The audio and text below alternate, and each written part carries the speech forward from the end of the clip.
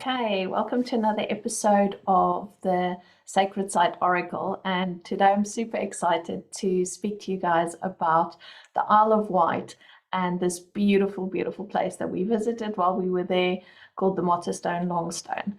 So the whole trip was not really something that I had planned to speak about on the channel, but when I got there, I just knew I had to share some more information about this really, really sacred place. So I went there on it was a festival that we attended in September. And right from the moment that we were told we were going to go there, and this was with Project Earthwork, I just had this feeling there's something there that I need to go and check. So when I started doing my research about the island, I found this beautiful long stone. And we managed to actually make some time during our time there to actually go and visit the stone. But then this led me to uncovering a whole raft of information that really just made so much sense. So I think what I'll do is I'll start at the beginning and start sharing with you guys about what the island actually represents and what it's all about. Okay, so if you watch the Glastonbury video, you would have seen that I was speaking about the St. Michael Ley Line that runs through the south of England. So now what we have is we have another ley line, a massive ley line that obviously crosses over that one, but that runs from the south of England right to the top of Scotland. Okay, so it starts in the Isle of Wight, and then it goes all the way up to Durness, right at the top of Scotland. Okay, so this is called the Spine of Albion. That's the people who've done their research and investigated this. This is what they've basically named it. And I just have to give some kudos to them. Okay, so I hope I'm pronouncing this right. So it's Gary Biltcliffe and Caroline Hoare, and they have written the book, The Spine of Albion. So this book is really amazing because it covers the sacred sites that lie on the Belinus Line, Belinus, however you want to pronounce it. And this line is the one that runs from the Isle of Wight all the way up to the north. So one of the interesting discoveries for me when I looked at the site and at the ley lines, and I wanted to understand the energetics of the site, was if you just have a look at this map that I'm going to place onto the screen here, this beautiful line that runs right through the center of the island. Okay, so you can see that it is shaped like a serpent or a dragon. And interestingly enough, the needles, which I'll just show a picture here of, is where the tail of the dragon is. It then runs through the center of the island, and then it ends up on the other side of the island where the beginning of the ley line is. Okay. Now, also what they say is that very often sacred sites and places of power fall onto fault lines, and so this is also a fault line that runs through the entire center of this island, and it's also literally like a chalk line that runs through there. So most of the Neolithic burial mounds are placed on here. There's a whole bunch of sacred sites, some wells, etc. Everything is basically placed on this line within the center of the island. So I find it so awesome how the ancient people literally knew where to place all of their sacred places right along this powerful energy line. Because what happens is when we have those fault lines in the ground, obviously the energy is completely different to where we don't have the fault lines. So they obviously tuned into it and then placed all of their burial mounds, etc., here on this space. So there's over 300 round burial mounds on the island. Now, not a lot of them is visible today. You might find a few there, but there's they've mostly been dug over or destroyed. But there is a load of burial mounds, which really indicates the pagan activity, and it must have been a really hustle and a bustle of like real awesome energies at that time, because this is definitely, for such a small island, it's a huge amount of burial mounds. They're also quite interesting because they are the round ones. So the Longstone burial mound is an elongated burial mound, and then the burial mound that we have most prevalent across the island is the round burial mounds. Now, a lot of them have got holes in the top now. When you travel around, you'll see that there's a whole bunch of places where you can go and look for them, but they basically, like, yeah, not really visible anymore.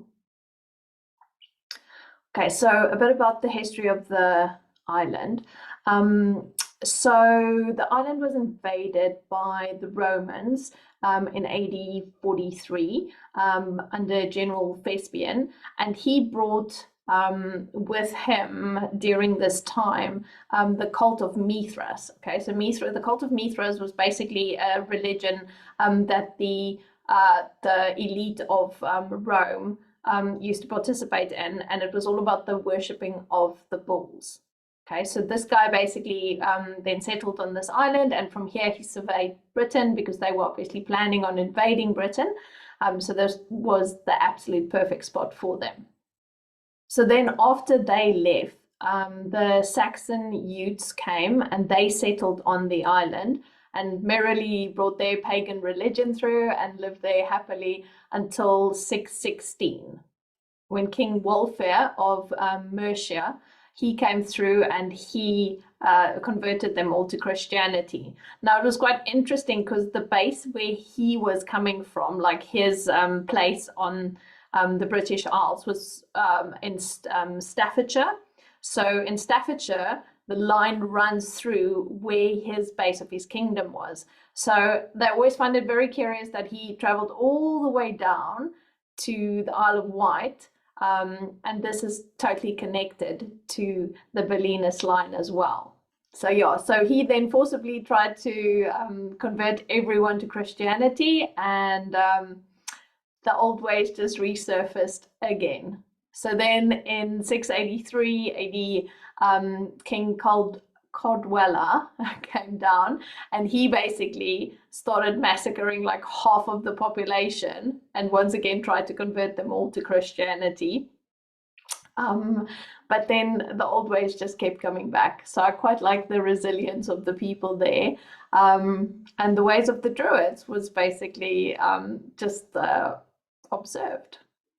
Now, the Druids used this site of the Longstone of Mottistone it was one of their bases on the island. So they literally had a base over there, and then they had a base at the end of the Serpent tail by the needles, and then they had a base on the other side by the head. Okay, so, and this was here where they would have their ritual sacrifices of the white bulls. So they, as part of their customs and their traditions, they would also then work with the energy of the bulls and then come and sacrifice the bulls there. So it's really interesting for me because, I mean, the bulls are the Apis bull is very prevalent also in Egypt. So this is interesting that we had Mithras, we had this, and then also we felt like real Egyptian energy here at the site as well. So there's definitely some connection here with the bulls to this site.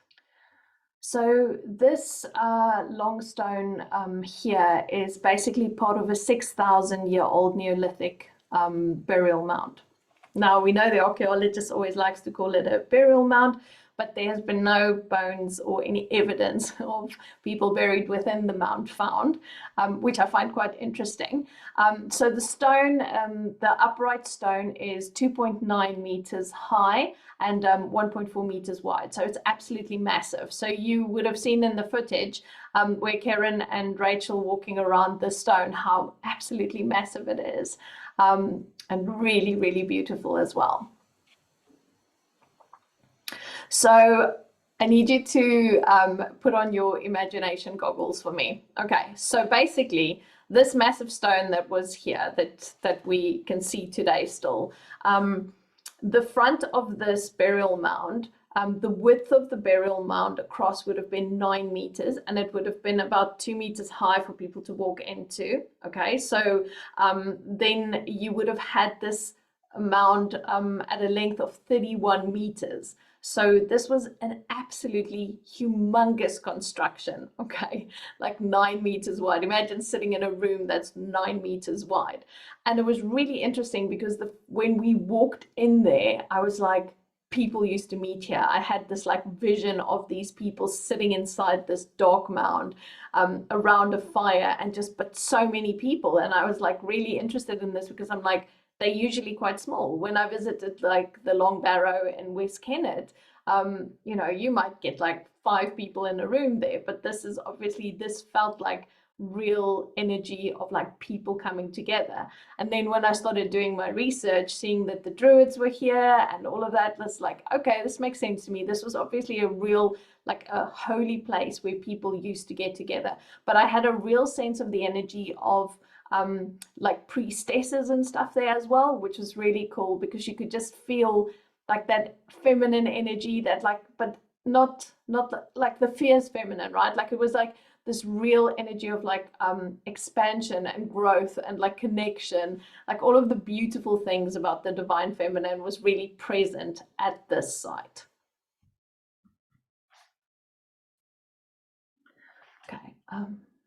So legend has it that the stone that is placed here and stood upright was part of a competition between St. Catherine and the devil. Okay, so they had a competition to see who was going to rule the island, and they each got a stone and they threw the stone, and whoever threw the stone the furthest and it would stand upright was going to be the winner. So the tall stone allegedly was the one that St. Catherine threw, and then the stone that lies underneath at the base that's fallen down was the one that the devil threw. And so she obviously won because hers was the highest and the tallest, and then she basically was given dominion over the island. And this also symbolizes the triumph of good over evil. So the whole structure stayed largely intact until about the 1700s, and then the stones were obviously used for building materials, and they started disassembling the site. So what remained there was then further disassembled in the 1900s when Lord Dillon decided that he wanted to see what was left in the remaining parts of this barrow, and during their excavations they found nothing. So there was literally no evidence of any kind that there were bones or any items that they really could just trace back for this place. So the full name of the site is called Mottistone Longstone. Now there's a little village down the road that's called Mottistone, but they believe that in Saxon times this would have been obviously like a meeting place, like a judicial and administrative meeting place. And so the corruption of the word like moot stone would have been Mottistone, meet stone, like that was basically, it was a meeting place. So this was a really important place. Like even like the Druids still use it today to have like ceremonies and all sorts of stuff. The Druids, they're from the island, so it's still an important place for them, but back in those days it was also used for judicial. So the judicial side of it, there was a stone called the rocking stone. Okay, so this rocking stone was literally like the stone would move when the wind came around. Okay, and they believed that when they were passing judgment on someone, when they touched the stone and there was no movement in the stone, that there was a guilty conscience involved. So if you weren't guilty, the stone would move. If you were guilty, the stone wouldn't move. And this was part of how they also determined people's guilt or not. Now this stone has long since been removed from the site, but this is one of the little legends that goes with the site as well.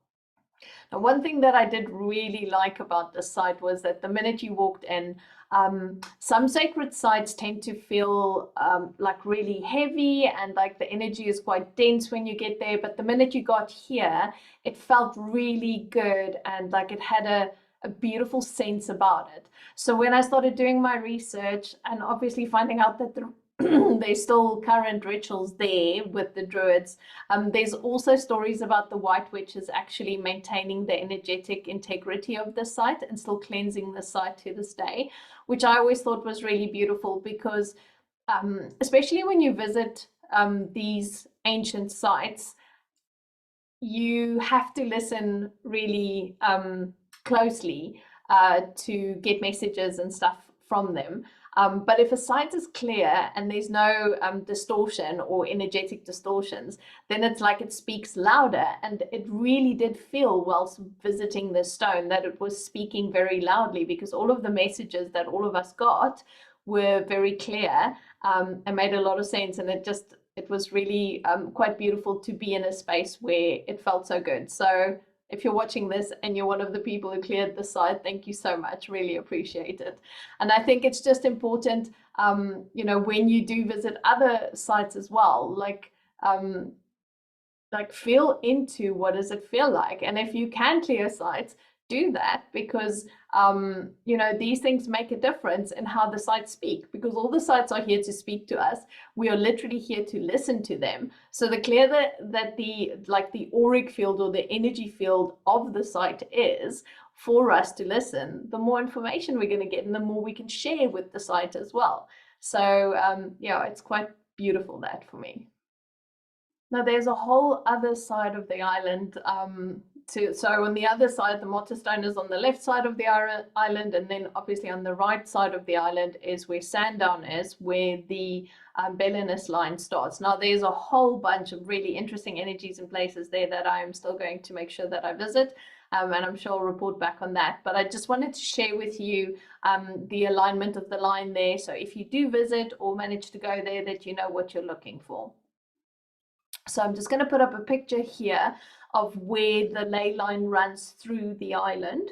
And if you have a look, it's interesting how they show the dragon lines, or they call it the serpent lines in this book. And they have named the feminine line the Ellen line, which got me so excited, because obviously I'm a big fan of Ellen of the Ways. She's one of the most ancient goddesses here of the British Isles. She is the one who shows you the way. She's the way shower. She's the one responsible for the tracks across the country. So she's also known as the stag-headed goddess. So it's really cool that they named their female dragon line Ellen. That got me really excited. And then the other line, the Belinus Line, that's obviously named after King Belinus, and that's also the name of the main line. So the male dragon line that you'll see here in the picture, the yellow line. Okay, and you can see again, just like with St. Michael's line, where we have these two energies like running alongside the line, which is very, very cool. So that, as I said before, that goes through Sandown, and there's quite a few little places here which I think would be really interesting, especially where you have Ellen and Belinus serpent lines crossing here. It's called the Devil's Punch Bowl, but we'll go and have a look at that at some stage as well. So just so that you can see, so it's completely on the right side of the island where the line runs through, and that is also part of where the head of the serpent that I explained earlier, that I showed you the picture of, where that ends, right? So that's on that side of the island. And one of the really cool things that they also said was that where the ley line runs through, they have added a church called St. Patrick's Church, and there are these round towers. So if you ever visit Ireland, there's like an immense amount of round towers there. You would have seen in my feed when I went to Ireland, I visited quite a few of them as well. So they are energy point collectors. So they're the same as a bell tower in the churches that's on the ley lines. So this is where a culmination of the energies are. And if you have a look at this picture, you'll also see that they've got a round tower next to the church, where obviously the strongest part of the energies are that comes out of the ground. So I thought that's really quite funny, the architecture of churches to incorporate the energy of the earth. It's always a beautiful thing. So when we got to the site, we actually all did our own thing, took a few moments to just connect with the actual energies and stuff. And for me, like I said before, the priestess energy there felt really, really like prominent, and that beautiful like divine feminine, fierce divine feminine energy there felt really prominent. Now it was interesting, the minute that Rachel put her hand on the stone that was lying down, she said like for her the energy of Egypt came up very strong. And as we were speaking, I then remembered when I was busy looking at the island, there was a place called Egypt Point, which is kind of weird because why would you have a place called Egypt Point? I couldn't find anything about why it was called Egypt Point. And all of a sudden, Karen just said, oh, but what about Skota? And so I don't know if you know about Skota, but she is an Egyptian princess that came from Egypt into these lands, and Scotland is basically named after her.